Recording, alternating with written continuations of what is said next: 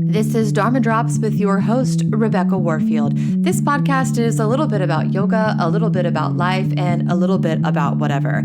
And just as a warning, this podcast is unscripted, so that means I might regret a few things that I say. But hey, maybe I'll say some pretty awesome stuff too.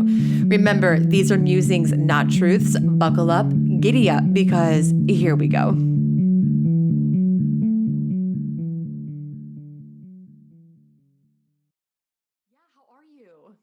I'm well, considering all of the unknowns. It's been a really transformational time, I think, for a lot of us. But yeah, taking it in stride and knowing that there are gifts in every spaciousness that is created by what looks like destruction, and loving every minute of it. And some moments I don't love it, but I still love that, you know? Yeah, I feel you. How about you? Good, actually. Sometimes I feel like not really guilty for saying that I'm doing really well, but like I know there's a lot of things happening in the world, but this has been really transformational in a really positive way for me. Amazing. Yeah. So, I mean, I'm just working a lot and, things that I've been wanting to do for a long time in terms of business and stuff, I'm actually able to do. So it's been kind of good. I'm having the same experience with that, getting into things that I've been meaning to for years, and being able to do a little bit of self-production and work remotely with my producer to do all my own vocals. And, it's been really, like you said, like there's space for us to play with these things that we wanted to dive into, Yeah. creation and I think it's a powerful time for us to receive the space that we've been given. And I'm finding a lot of gifts in that as well, doing some videography and, having a place for the first time in 5 years, which turns out to be like a yoga studio and recording studio and place. And I can have my RV there. So it's all blessed. It's just really not what I would have pinned myself to have happen in, a year ago. And I think that's true for a lot of people right now. A year ago, would we have expected to be staying at home all of the time? It just kind of blew my mind, Yeah, well, I'm pretty much a homebody for the most part anyway. And I told my friend Angela the other day, I said, I love all my friends, but I'll see y'all when I see ya because this is fine by me. Yeah. It's really, really beautiful to have this as a gift of going within and really enjoying the homebody time. I have an RV on the road, most of the time. Mm-hmm. I think I was on a flying tour when I met you out in North Carolina. I'm from Oregon, so it's a long ways. I drove a few times out there. It's a long drive, so I decided to fly that time. Anyway, the point is, I'm like a turtle. I always have my home on my back, even if I'm in a rental car. I like to create a sacred space, and during this time, I think it's so important for us to all create sacred spaces and create the conditions for the practice, And so I've been finding this to be a real opportunity to do that for myself and fill my well so that I can give in a more authentic way when I do get back out there, because the well is filled, and it's filled when I have an RV and when I have these home spaces and these rituals, but it's so much nicer to be like, oh, I can get all of my stuff in one place, Yeah, for sure. I've been a traveling musician, gypsy goddess thing, it's been fun, but, I had this desire to put roots down, and then the universe is like, okay, here you go. No choice. Yeah, for sure. I think this is just a good place to start the whole episode. So if you don't mind, I'm just going to go ahead and introduce you. Great. That sounds great, Rebecca. Perfect. So welcome back, Dharma Drops listeners. And if that voice on the other side of the microphone sounds familiar to you, it's because you've heard her before. We are with Johanna Beekman today. How's it going? Oh, it's going so well. How are you, Rebecca? So good. As we said, better than expected, Yeah, really. I think there's silver linings in all of these things, It's all perspective, better than expected. If we have expectations of being, down and out, we might be down and out right now. But if we, believing in the positive is really important right now in the world. And so like finding that light, that silver lining, that, that gift in every moment that's been given. Yeah, it's interesting yesterday. So we were supposed to record, for those of you listening, we were supposed to record last week, but I have a condition called Meniere's disease in my inner ear, and it causes the sound of like a helicopter in my ear, and it's very maddening. But long story short, I went to acupuncture yesterday because it really helps with Meniere's disease. And I walked in and she was like, "You look like you're glowing." And I was like, "Yes." Because for 2 months, I've been doing all the things that I love to do. I've been resting. I've been making healthy food. I've been practicing yoga. I'm not Yes. driving all over the place, doing all these things, freaking out and getting stressed out. I'm just doing Yeah. the things that need to be done, but also the things that that nourish me. Yeah. Yeah, Mhm. definitely. And I've had the exact same experience of just really cultivating my practice and looking at what's important to me and making values lists and vision boards and all of these things that I wouldn't have a lot of time for, going deeper in my own inquiry process with my practice. And, like cutting out magazines and creating a vision board. What? I don't have a lot of time to do that on the road, driving half the time and then singing and teaching yoga the other part of the time. Mhm. So, yeah, it's so lovely to fill the well and plant seeds right now. And, a lot, I think that this is a pretty common feeling of, oh, maybe some things have been lost, but so many things are coming in with the spaciousness and the time. So many beautiful connections that we haven't had time to rekindle, Mhm. if we're connecting out on our devices, oh, we have a minute to call grandma that we haven't talked to for, if we still have a living grandmother. I'm not one of those people at this time, but Me either. I have cousins and things in the Midwest who we certainly are not going to be seeing each other on tour this year. So let's pick up the phone. Yeah, it seems to have created a different level of connection and also compassion in some ways. I know someone who lost a family member during this experience. And of course, I would Yes. always feel upset for them. But the level of compassion that I felt for them, that I probably should be feeling for people anytime they lose a loved one, has really been elevated, because things Yes. feel different. She wasn't able to be with her family, and so I feel like my desire to stay connected and feel compassionate has really increased as of late.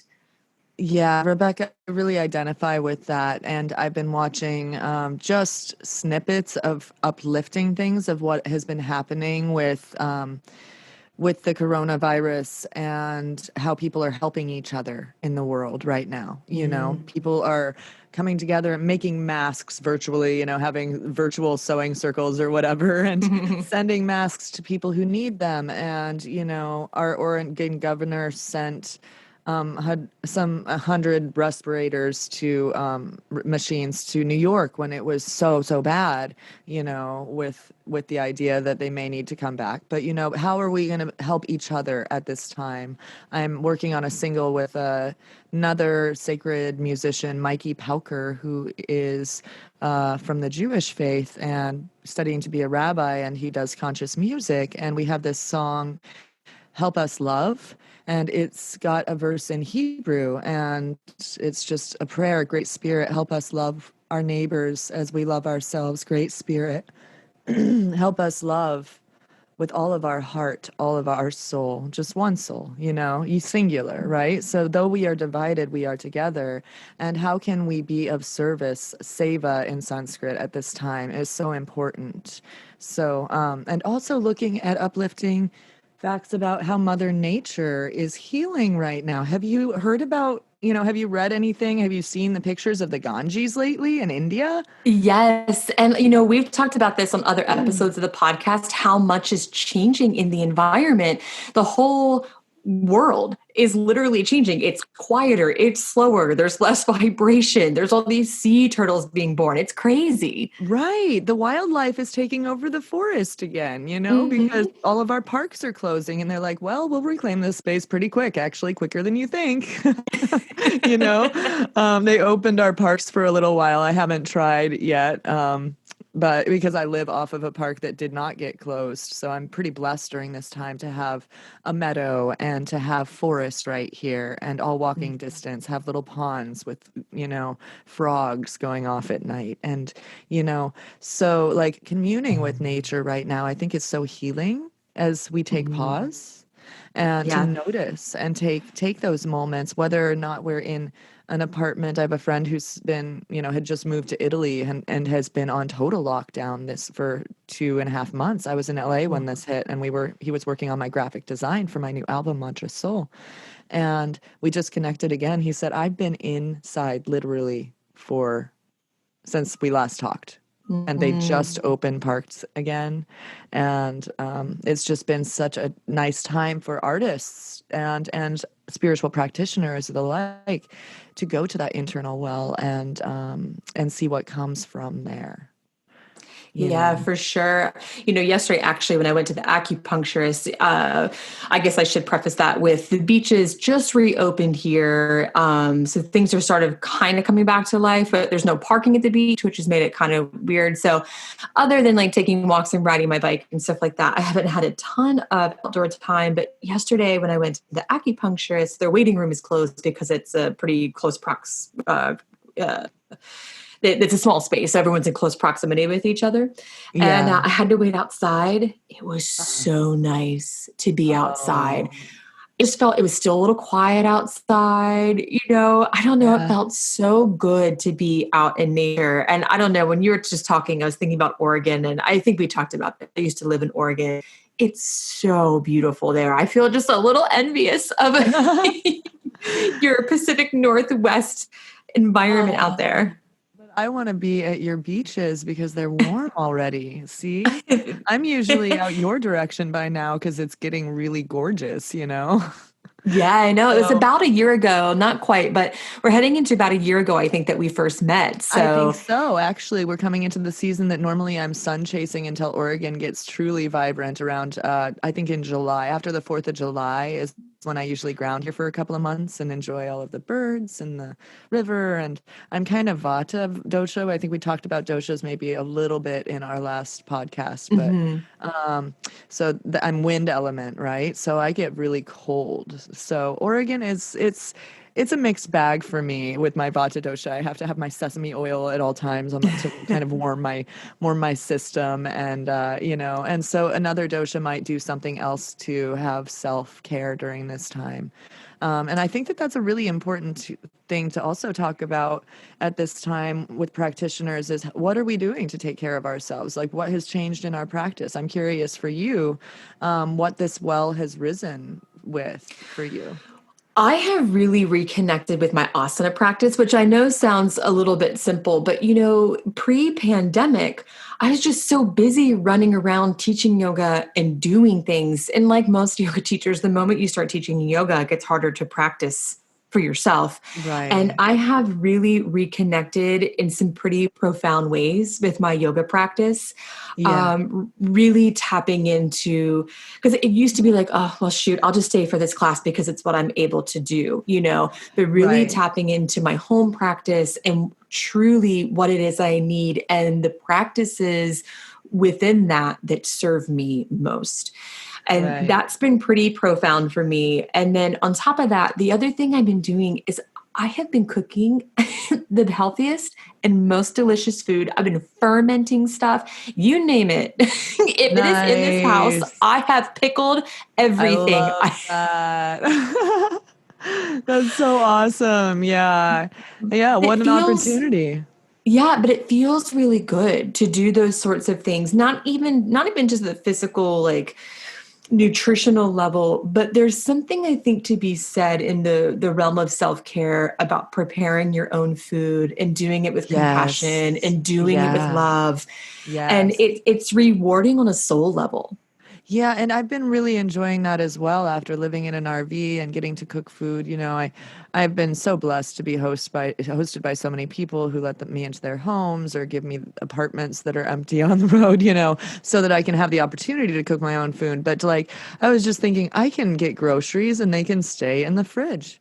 and then they can accumulate over time until I have condiments and Yeah. other things, and I have a lovely community here. It's 4 houses of, my created kin family, that I just am moving into this apartment downstairs for my sister who just bought the house next door to my parents. And then my godmother is next to that, so I'm finding, and then some, other dear friends are on the other side. So I'm finding opportunities to cook in community with a face mask and see what that's like. Yeah, interesting. But and then not hug or be close to at all my mother, who just had Mother's Day and kind of had a little bit of a hard time with that, because Yeah.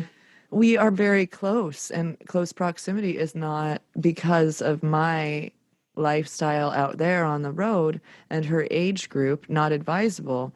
And I just sometimes can't help but be very sad, because I feel like we are being divided at a time where we really need to be coming together, looking at all of the politics and all of the craziness in the world, for us to not be able to physically communicate with our community, our clan. I can't imagine what it's like to be isolated in an apartment, a high rise in New Yeah. York City or something right Yeah, now. no, one of the You hardest know? things has been not being able to see Aaron's family, for example, because we're used to driving to Chapel Hill at least once a month. It's just a few hours from Wilmington to go see Yeah. them. And his mom and I are close. We're kindred spirits, Hmm. and we would go once a month or so. And his mom and I would like pull oracle cards and go to astrology workshops and do all these things that have been a Right. really sweet part of my life since meeting him.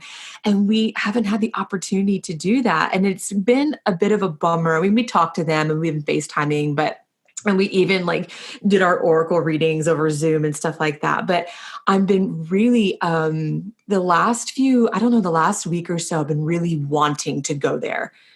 So that's been the hardest part, I think, for sure, is not Yeah. being able to be in physical proximity. But like you said too, there, besides that, there is all this division between politics and what people feel about the virus and what they don't feel. And Right. it's been, I don't feel a lot of conflict within myself, but I know a lot of people who have been feeling really conflicted about how to respond to all this stuff. Yeah, I agree. And I find that I'm even with some of my closest friends, there's some things that I don't agree with that they're saying, and we have to choose whether we become divided by these things, or if we let the things that bring us together keep us connected and Yeah. strengthen bonds right now, because there's a lot that could divide us potentially at this time. Um, and so I'm just choosing to have a positive perspective and try to not believe the fearful thoughts so much, because it is like you were talking about, there's a lot of fear in the culture, and then with fear comes confusion. And in Sanskrit, it's called, this illusion Mm-hmm. that we're in is quite thick right now. And also, we talk about yoga sometimes because you're a yoga practitioner, and so am I. But the Kali Yuga, this time, it's said is to be, this time of kind of, in so many different traditions, a time when there is a quote unquote apocalypse of some sort, Oh, interesting. I and was just talking right. about the apocalypse this morning because I saw that there's all these locusts swarming in, I forget, like East Africa or something. And Aaron was like, maybe it really is the apocalypse. Like, it's so strange Right. right now.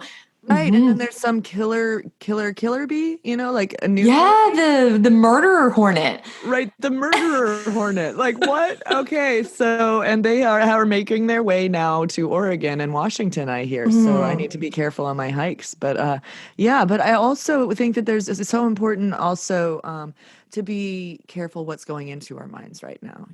Yeah. How do we believe, okay, so there is a murderer hornet. Let's believe that it does maybe exist and have mindful precautions, but don't let the fear become us, right? Mm. Just being mindful awareness of observation rather than in that panic, sympathetic nervous system, fight or flight response to all of these things that are potential little shock traumas in our systems that are happening Mhm. on a daily basis if we're on Instagram, Facebook, the news, any sort of social media.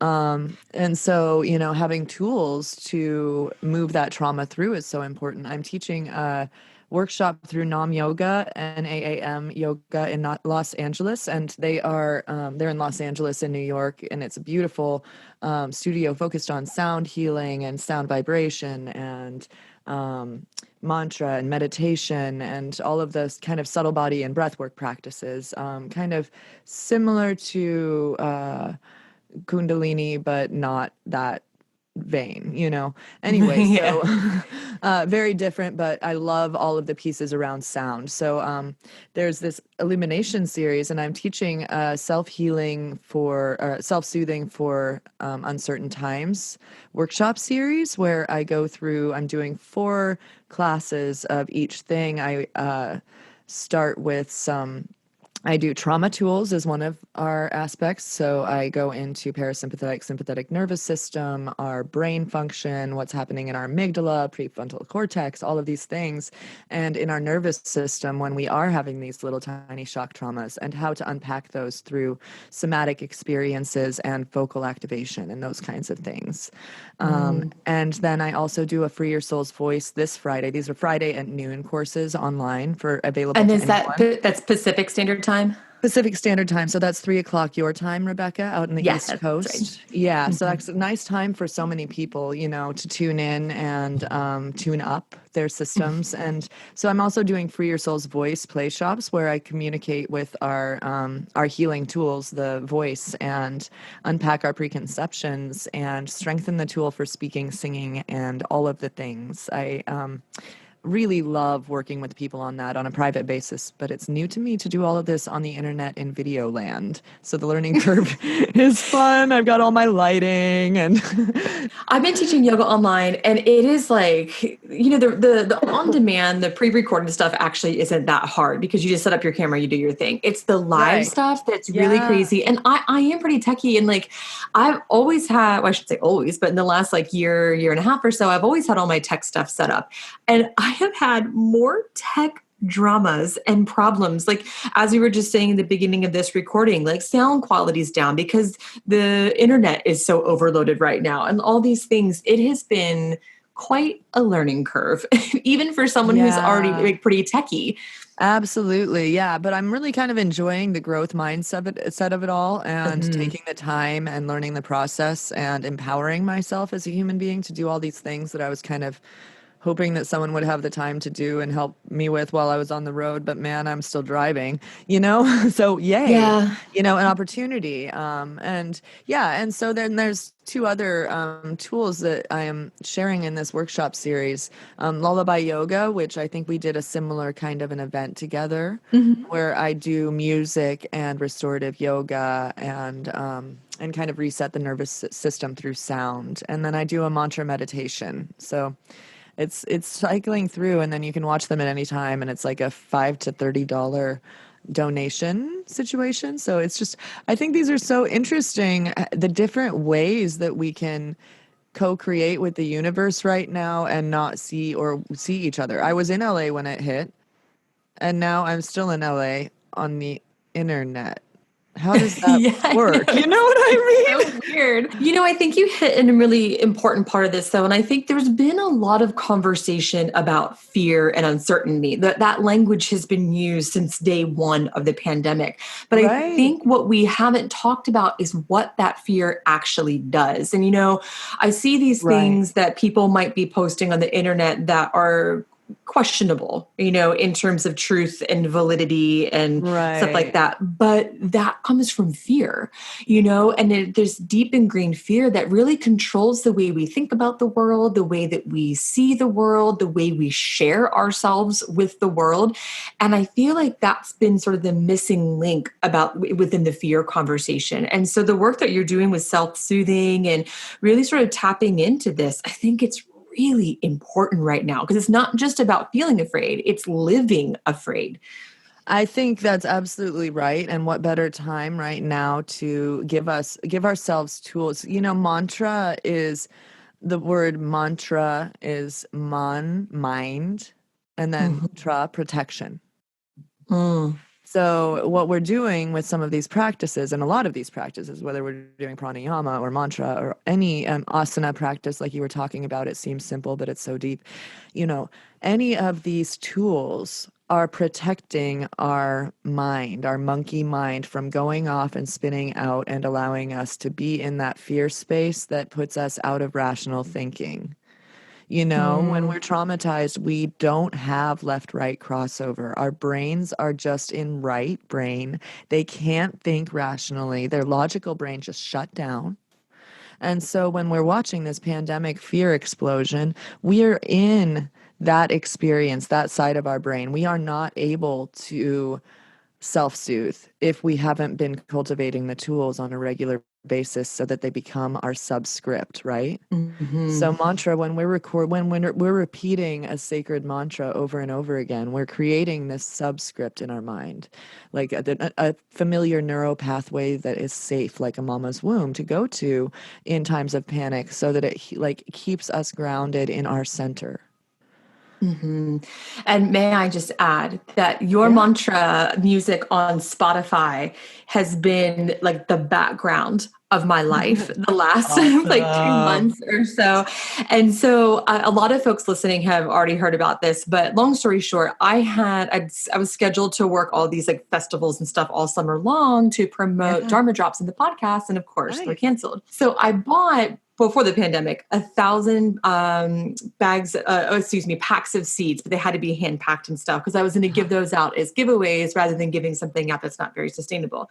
Long story short, I listened to your music while I packed 530 packs of seeds by hand. Wow. And then drove them all over town and did porch deliveries because I wanted them to be like infused with this, infused with the work and vibration. Yes. So I hope everyone's gardens are growing with your mantra. I love that. I love that. And, one of the things that I do when I'm traveling is I just bought a whole lot of merchandise to sell as well, including sound healing tools and all of this stuff. But I infuse these malas with mantra that I sell. And malas are 108 beads. They're like a Hindu rosary. And you use them to keep yourself in your mantra meditation long enough to protect your mind, so to speak, right? And so, it's so lovely, infusing these things. I have time to infuse everything in my Shakti shop with my mantra so that people can receive its vibration when it's time for them to pick it out of there, like things like that I wouldn't necessarily be like, oh, I'm going to do Reiki on this thing now. I have time to like pick something up and put energy into it, mantra or Reiki, and then people get so much more benefit from the thing when it comes, I think, metaphysically. Oh, yeah, for sure. I have a friend who makes like yoga jewelry, mala, stuff like that. And she is constantly getting emails from her customers because she infuses them with Reiki.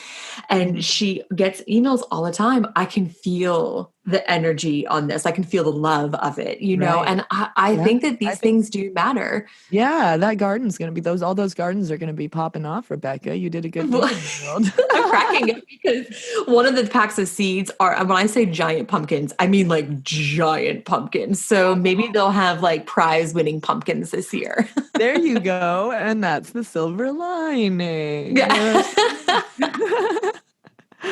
But I think just getting back to the conversation though about like mantra and fear, I know we're like half joking about mantra and the seeds, but imagine if our whole lives were like that. We worked with mantra and we did this work in everything that we do. It's like you said, so it becomes the subscript of our lives. Yeah, there's one mantra that's pretty familiar to a lot of yoga teachers for the end of a class. Lokaha samastaha sukhino bhavantu.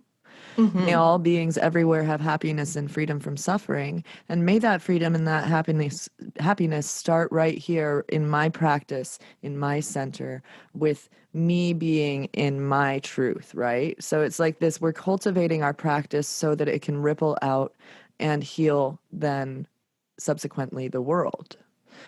Right. So I feel like that's kind of what we're talking about, is starting within.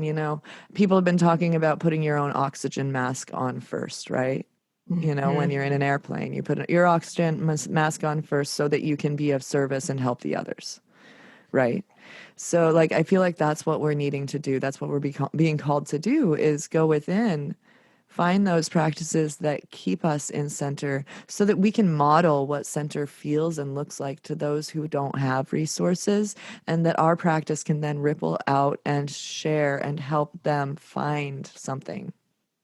Other people who are suffering. May it abolish other people's suffering, because I am doing right by spirit and by myself through this practice in this moment.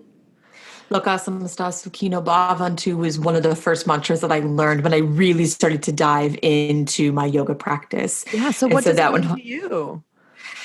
Well, these things for me are always a little bit fleeting. And this is something I struggle with, and I think is actually pretty normal in this sort of work. Like there's this like clarity of it all. And then like you have to come back to the practice, and clarity and come back to the practice. But one of the things that I think is disappointment isn't the right word, but I think a conflict in my own heart is the teaching of that was presented to me, I think, in a way that wasn't entirely pure. It dealt a lot with, I don't even know what the right language is here. It was embedded a lot in things like veganism, which there's nothing wrong with that, but that didn't connect with me. So long story short, it took me a long time to come to this space to really understand what that meant in my life. And for me, at the point in my life right now, it really means about living with not just my own clarity in mind, but for other people's too. For every decision I make to be good, for every decision. Yes. Right. And so every decision that I make, it should be good for me and everyone else, and I think about it just simply like tangibly in terms of business. The decisions I make running my business should benefit, yes, me, my business, and everyone else involved with it. Right. Yeah. For the good of all in the world, and that's basically the roots of what yoga is talking about across the board. Is like, how can we live right? The yamas and the niyamas, talking about, it's kind of like in Christianity, you've got kind of your guidelines for what it is to be a good person. Thou shalt not steal and all of this stuff. I didn't grow up Christian, obviously. So what is that called?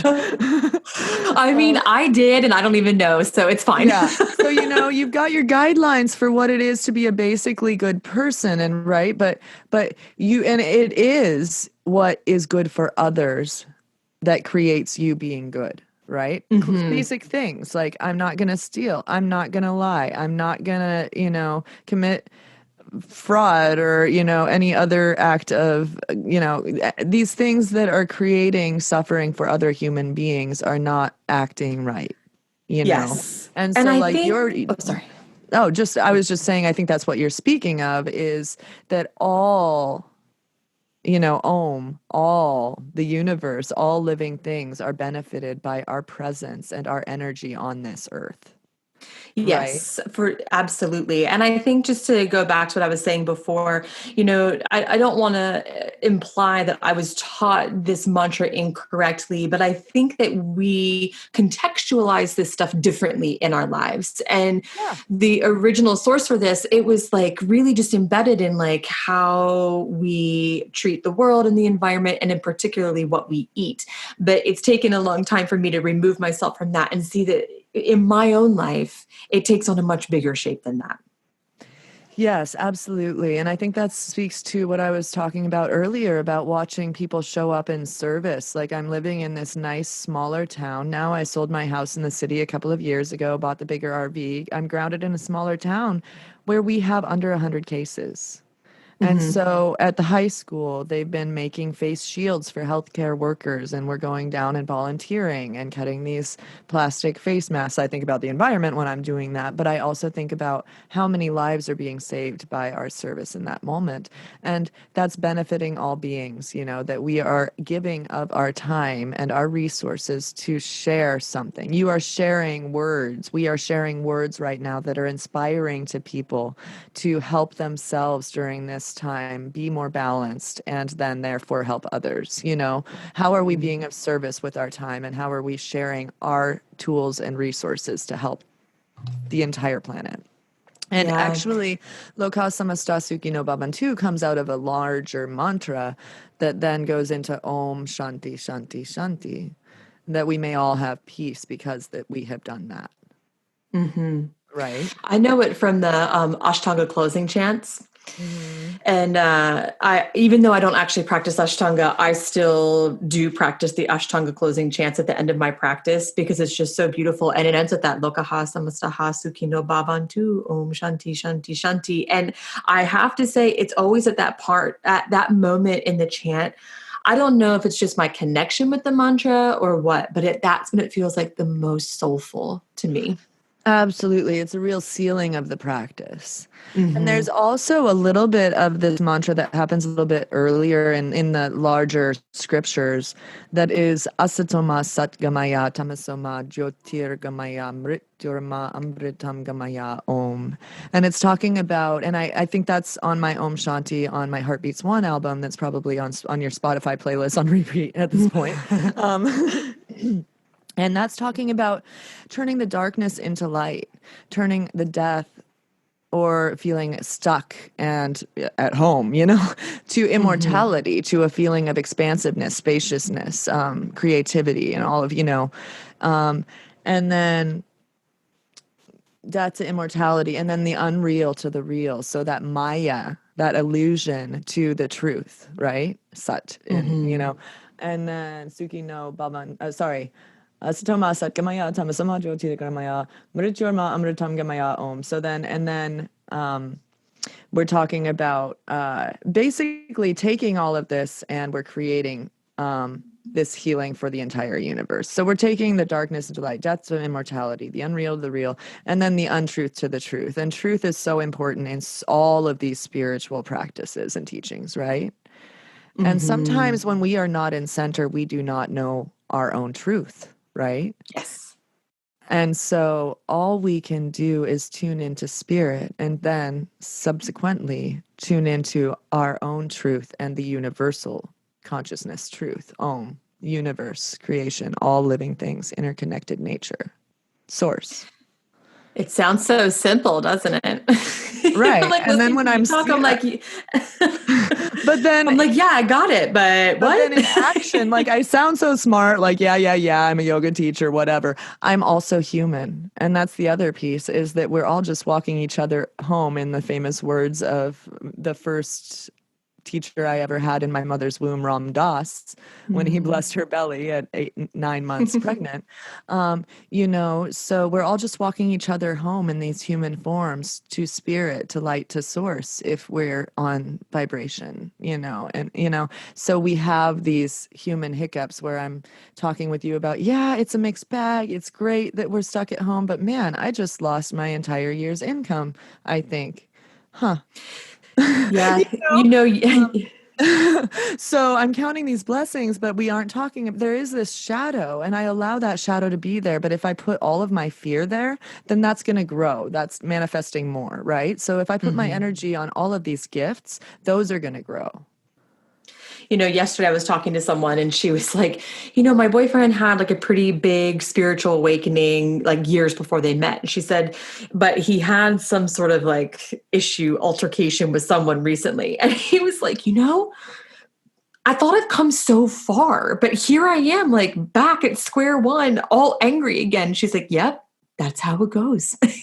Right? Because we do have these moments. Like it's even like I said before, these moments of understanding are really fleeting for me, and then it's gone, and you have to come back and do the work again. And you get it, and you have to come back and do the work again. Right. It's all the same. It doesn't matter if you're a yoga teacher or not. It's the same work for all of us.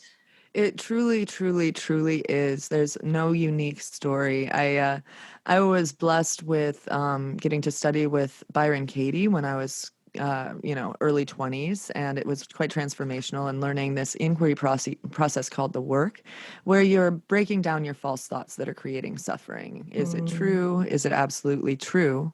How do you react when you think that thought? Who would you be without that thought? And then you turn the thought around. So it's a very simple inquiry process that creates so much spaciousness, healing, and real truth. Because any thought that we are believing that's creating suffering is quite possibly false. Mm-hmm. Right? So I'm believing, man, I'm stuck inside. I've lost all of my income and I don't know what my life's going to look like now. Okay, so is it true that you just lost all of your income? And then I think about it, well, I'm teaching some classes and I've got some vocal students and I've got, some money in the bank and I just got some musicians grants and I've got some classes, oh, it's not quite fully true. Okay, so no, it's not true. How do I react when that thought? I get in fear, I get restricted, and then I then have less money or motivation to create something that's really sustainable, that's going to create money because I'm not thinking. Anyway, so I find that all of these tools really feed into each other. Like this story concept is so prevalent in Taoism and so many different traditions, that the humans are so good with our story, and that we like to fondle our story. People call it story fondling. I'm like, he left me, it hurts, and da da da da da. Is he leaving you right now? Is it true that you're hurting right now because he's not, because he is leaving you, right? So, oh wait, that was then, this is now. Come back to the present moment, or she's leaving, whatever the story is, right? Come back to the present moment. Oh, right now I'm safe. I'm here in my home. I'm speaking with Rebecca. It's not about this other drama that's not now. It's about us tuning into what is now. And I've learned a lot. I don't know if you have in this time that we've spent together. So what a great time to use, the positive energy that we've been cultivating. Oh, yeah, for sure. And while you were talking, I was just thinking my own relationship with story is really, it's interesting. It's complex, as I'm sure most people's relationship with story is, but story and I don't mean my personal stories or my thought stories, but I have a bachelor's and a master's degree in English literature. And so story has always been really important to me for understanding the world and the complexities of the world. So when I came to the yoga practice and I learned a lot about story and letting go of story, of course I get it. And of course I practice that in my own life, deciding what is true right now and what isn't true. But I learned so much from my own narratives and the work of letting them go. And so something that I often think about in addition to that is, cool, I can let go of the story, but what have I learned from the experience of being in this story? And that's been a pretty important practice for me. Yeah, I absolutely think that is so important. And the other thing that's so been so nice about that specific work of the Byron Katie work is watching other people unpack their stories on stage with her and noticing, wow, Rebecca's talking about a story about her family that sounds very familiar to my own story with this human being in my life. And while I'm watching her do her work and find her truth, I'm finding my own truth because it's the same story, even though the characters are different. Yep. Exactly. And that's right there is a literature degree in a nutshell, guys. Right. Everyone has a master's in literature now. Thank you, Rebecca. That was very You're welcome. Right. And so there's another teacher that I've been listening to lately, a lot of time for podcasts and things like that. But her name is Abraham Hicks. And she does similar work where but she talks a lot about manifestation and abundance and talking to the universal vibration to get what you want. Right. So, I think I was speaking to that a little bit when I was talking about if I'm rehearsing a story about someone hurt me rather than talking or being broke, right?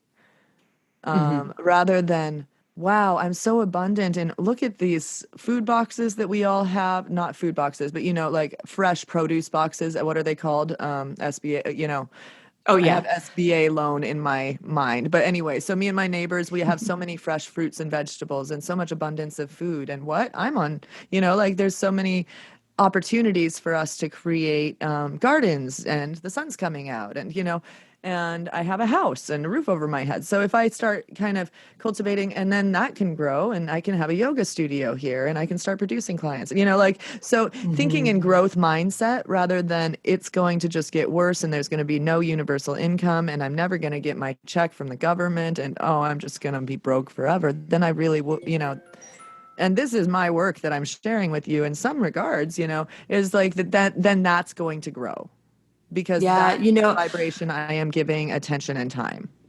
I had sort of a similar narrative in my brain when this first started, because, I've been building this digital business for the last almost year and a half now. And then when the pandemic started, when I say my podcast numbers were low, I'm talking like lower than the first day I launched my podcast, and my traffic was so slow. And I was like, oh my God, I don't know what I'm going to do. And I had maybe like 3 or 4 days of total panic, and I was like, everything's going to fall apart. And I was like, wait, stop. I was like, just stop. That is not true. And I literally just sat down at my desk and was like, all right, what is it that we need right now as a global culture to help us get through this? And so I just started building stuff. And so I maybe to bring the conversation full circle back to like thinking about everyone. Yes, I needed to keep my business going because I need money, but also because I'm a human being with bills. But also this is about building something that can serve others. And out of that has come tremendous opportunity. And I've been busier with work now than I have in the last year. And it was really that shift in mindset and just thinking like, how can we as a company serve everyone, and we can all benefit from this? Yes, exactly. That's exactly the kind of stuff that's inspiring that's happening right now when we really think about how we can come together. And I'm actually working on another track in my home studio right now that I wrote after my LA time in the wood. I was actually staying at a friend, Michael J. Downing. He's another chant artist from the Santa Cruz area, but he had me sing on his album a few years ago, and he's been building his dream home out in the Sierra Nevada mountains near some hot springs, like 20 minutes. Mm-hmm. And so I got to ground there for about a month to quarantine, and I came across this mantra to remove all disease. It's a Kali mantra. And so I wrote a melody to it. And then I'm like, oh, this is pretty traditional. And I think I just dropped my last Kirtan mantra album for a little while because I'm working on some English music. And, DJ Joe Beats is kind of busting some grooves right now, so I got some other projects. But anyway, the point is this really traditional, really healing chant for the times right now. It's talking about Kali vanquishing all disease, and this energy of transformation and again, through that creation. So I started chanting, and then I started recording it, and then I was like, wait, I'm hearing other voices. So I reached out to one of my teachers, Gina Salah, who has a really beautiful Eastern Indian sounding voice. And she says yes. And my friend Dave Stringer, who's a quite beautiful chant artist, says yes. And then I'm like, oh, I have some friends that are stuck in Costa Rica who are chant artists, and they say yes. And then a friend who's in France, Quebec, who is in her home and she wants to do it, And so it's become this global conversation of chant artists. And I have this vision of this kind of stay at home, we are the world video where we're all singing and there are positive affirmations happening that, through this chant, through this space, these things have happened for Mother Earth and, finding solace during this time. And so I think there's such a good opportunity for us to, though we are apart, raise voices together. And I'm seeing, some singers do this. Did you see the Grammy special? Or, I think Lady Gaga put together a little virtual thing, and people are putting together a lot of virtual concerts. Yeah, I saw a little bit about it. Yeah. So, to come together, though we are apart, and create a prayer for the world to benefit from seems to be like the best use of my time right now with my skill set. So I just like to offer that, like, I love that you're doing your skill set and you've already cultivated all of this internet web presence, and that you can really put your energy there, and, and that I can spend time figuring out what you're doing, with my new microphone. And, we didn't have any tech problems this time. Did you notice that, Rebecca? No, not at all. The only thing that's a tech problem in my life right now are things that are out of my control, like internet congestion. We're doing great. Right? So what an opportunity, growth curve. I've made it. I can do podcasts without having to call back in. Look, I'm telling you, if you can have a microphone and you can talk, you can have a podcast. Hey, Actually, that's another thing. I'm like, how many projects can I have? I have so many smart friends I want to talk to every day. What if I did that? Look, my brain has just been like pumping out ideas, and this whole experience has really put me in a creative groove. And I'm not alone in that, because I'm sure the Dharma Drops audience knows this. I don't know if you know that I dance. I've been dancing my whole life, and I still perform. And I dance for a local organization called the Dance Cooperative. It's super cool. It's a nonprofit dance studio, and they provide free performance opportunities and classes for underserved populations. But long story short, one of the choreographers sent out a message to a group of us and was like, hey, I want to do a virtual piece and submit it for a performance that happens here every year at a film festival. And so we're going to meet virtually and rehearse virtually. And we don't know if we'll actually be able to perform it. But if we can't, we're going to then just film it via Zoom and show this story of the pandemic experience through this digital platform. And I mean, I just feel like everyone's creative juices are going right now. And I love that. I love it. Yeah. And I think that it is such an opportunity for us to all see what we truly are capable of, with some time and attention on the inner temple. Because if we look at yoga, people used to spend most of their days practicing all of this stuff to get anywhere close to any sort of, quote unquote enlightenment, right? We're talking like 18-hour days of dedicated practice. I know that I haven't been doing that. I don't know if you have with your no. Right. Exactly. So we do what we can in this modern world. And this has, been such an opportunity for us, you and I, to take, maybe another, 30 minutes or an hour to practice, But then there's so many other creative projects that feed into that practice, and that practice, feeds, that it's priceless when we get that extra time. Yeah, it's been a really good experience. And like in the beginning of the recording, I said, sometimes I feel a little weird saying that, not like guilt, but I do know that there are people in the world who are struggling, who have lost loved ones, and have had some heartbreaking experiences. But this has been a pretty great opportunity for me, and really awakening about what's important in my life. Where do I want to put my time? How do I value my time? And really looking at how do others value my time? And is that a fair exchange? These sorts of things that have kind of been like, in fact, I said this in our initial meeting for with the choreographer the other day, because she was asking like, what sort of experiences have we had? And there are all these things that I've kind of been thinking about that have been in the back of my head, whether it's project ideas or just sort of emotional responses to things that I've been ignoring, and I haven't had the opportunity to ignore it anymore. And it's been good. Yeah. For sure. Yeah, right? That's what I'm talking about. Yeah. And I think that it's just, it's such a wealth of opportunity. And I've been just really appreciating how people are reaching out and just seeing how I am. Yeah. Every once in a while, and being like, are you okay? Because some people aren't okay. And I'm like, yes, I am okay. Are you okay? Oh, my teacher lost her accountant to COVID. She lives in Seattle. And she was overseas when it hit, and it's just like, where can we be of service with the people who have been hit, and communicate with spirit on a daily basis, whatever that looks like in our world. It was so interesting in LA to see.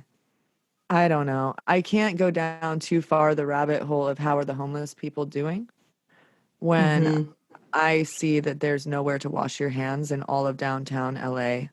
All of the Starbucks are closed. There's nowhere to use the restroom. Yeah. And so my community, a man actually started making these hand washing stations and putting them all over downtown Corvallis.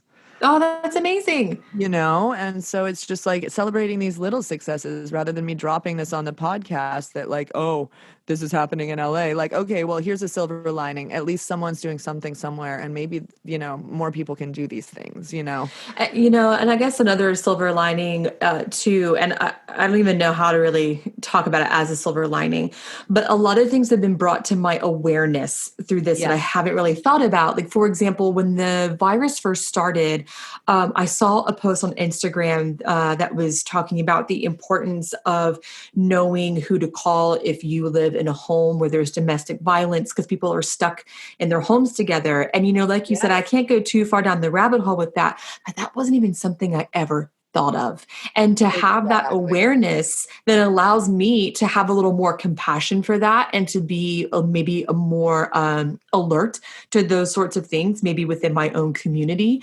And of course, I hate to say, I don't want to say there's a silver lining to domestic abuse, because of course, I don't know if there necessarily is, but my own awareness of it, these conversations that have been born from this experience have really helped me think about how are other people living, and how fortunate I am to be in a really stable, grounded home.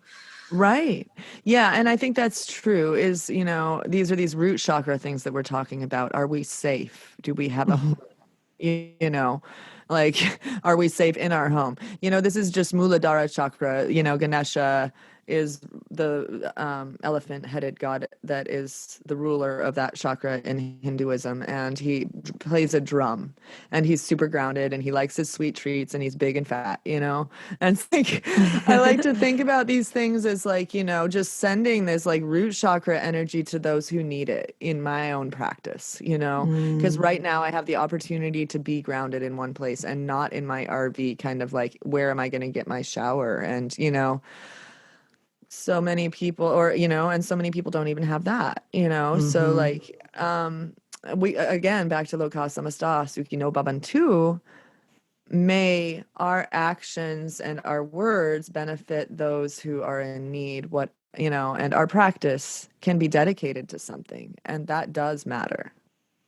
So if you wake up in the morning and you're doing your pranayama and your meditation, dedicate it to the homeless people today, or to someone who is a single mother suffering during this time. And I think about that a lot. Like, oh, suddenly she doesn't have a job.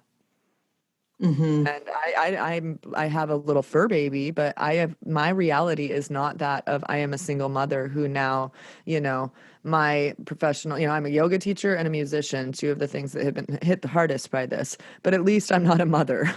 Right. Right. And then also I think that something that's happening right now is that people are realizing whether or not the relationships that they are in are balanced and safe, Rebecca. And so I don't know if I want to spin this into an opportunity, but it kind of might be an opportunity. Someone was joking the other day about being single, and then another friend was like, yeah, well, there's going to be a big divorce rate right now, so you're going to probably have a lot of men available pretty soon. Because Aaron and I, we actually talk about this because Aaron and I that's my boyfriend, who I don't think you've met, but we've been together. This year will be 6 years. And awesome. I think there are a lot of people out there who have a hard time being in the same space with their significant others. We're chilling. I could spend every day, all day with him. I can't think of a single time where I've been like, I got to get out of this house. And I feel so fortunate that I'm in a relationship where we just chill. We're good. That's so wonderful, Rebecca. And I think that you can relish in that. And you could probably send some of that root chakra energy that you have so strongly to those who are needing it right now, Yeah, I know. And I'm someone who has been in domestic violence situations in previous lives and incarnations, and also has a women's studies degree with a focus on diversity education to, help. I forgot about that. I forgot we have that in common. Right. Yeah. So we have that in common. And so when we look at domestic violence, it's a real thing. And I have a degree in this stuff, and I still suffered through that in my partnerships. And I had to learn that lesson of, wow, anyone can become powerless to this. anyone. I'm a very smart human. I have a really blessed life, all of this stuff. And I found myself in unsafe home situations, and so and I have found that the practice of, that's as part of why I teach trauma tools and things like that, because I have needed to learn in my own somatic experience how to feel safe again in my body. Yes. And so, I mean, while that's a heavy topic, yoga offers so many tools for those who have struggled or are struggling with such issues to stay in the nervous system window that's healthy and heal their hearts and find that safety and stability and calm of the root chakra, the Muladhara energy, through breath, you know. Mm-hmm. And so I don't know, I think that it's a really important topic for people to be aware of at this time. And also to be aware that there are tools for us to move through even the hardest things. It might not be Yeah. easy to be in our bodies when we're going through trauma stuff. When Andrea Markham was on the podcast, she had mentioned like yoga is I forget exactly what she said verbatim, but it's like your best friend that you can always rely on. It's always there for you. Like no matter how bad things get, it is always there for you. And I think the trick to that is, for me, the moments that I really, really need it are the moments where I have a hard time remembering that, and I just keep coming back to what you said earlier about doing the work so it becomes the subscript of your life. That is like my new phrase right now, Yeah, doing So, the work so it becomes the substrate of your life, and also creating the conditions for practice that work can be done. So yes. whether that's having your yoga mat, I'm looking at my yoga mat on the other side of the room right now. I'll probably stretch it out when we hang up here, because it's set up with the conditions for practice. I've got my 2 bolsters right there. I've got my 2 blankets. I've got my 2 blocks. I've got a couple sound healing things if I want to give myself a little treat, I've got some koshi chimes, because I've got an abundance right now. But so it's also setting the conditions so that practice becomes easy to do, so that you have it as the subscript.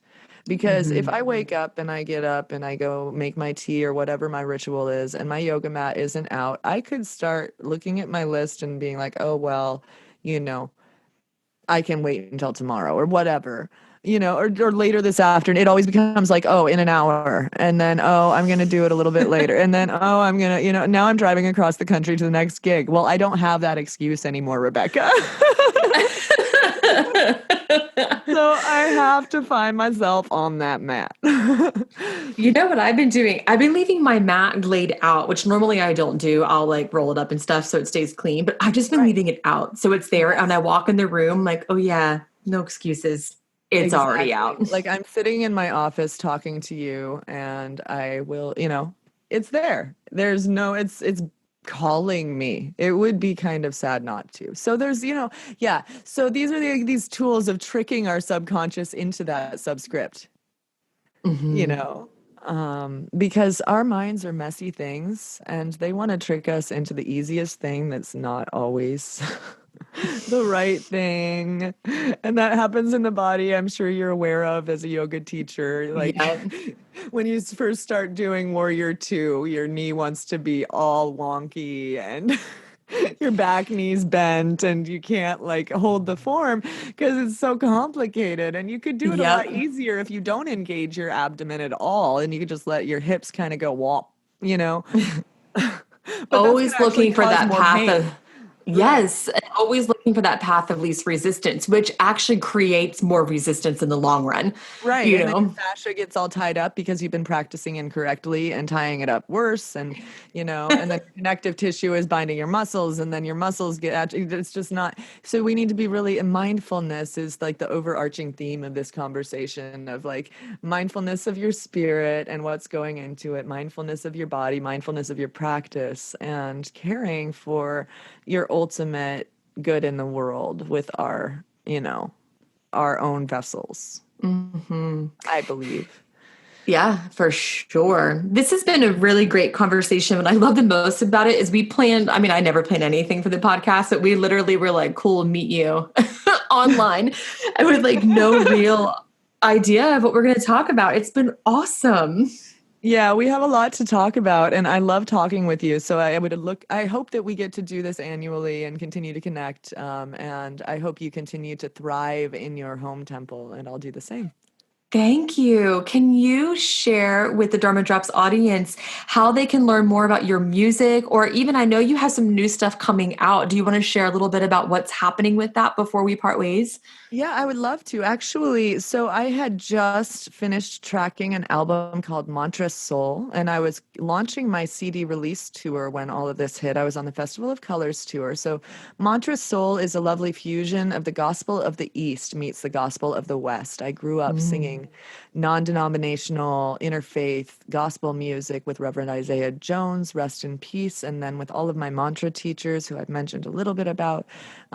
Fusing those paths is so important, and making mantra music accessible to the ears of the West has been kind of my dharma in this life. We chatted a little bit about that in the last episode, I believe. So that album has just been launched, and it is available on Bandcamp, CD Baby, on my website, johannasings.com. That's JohannasSings.com.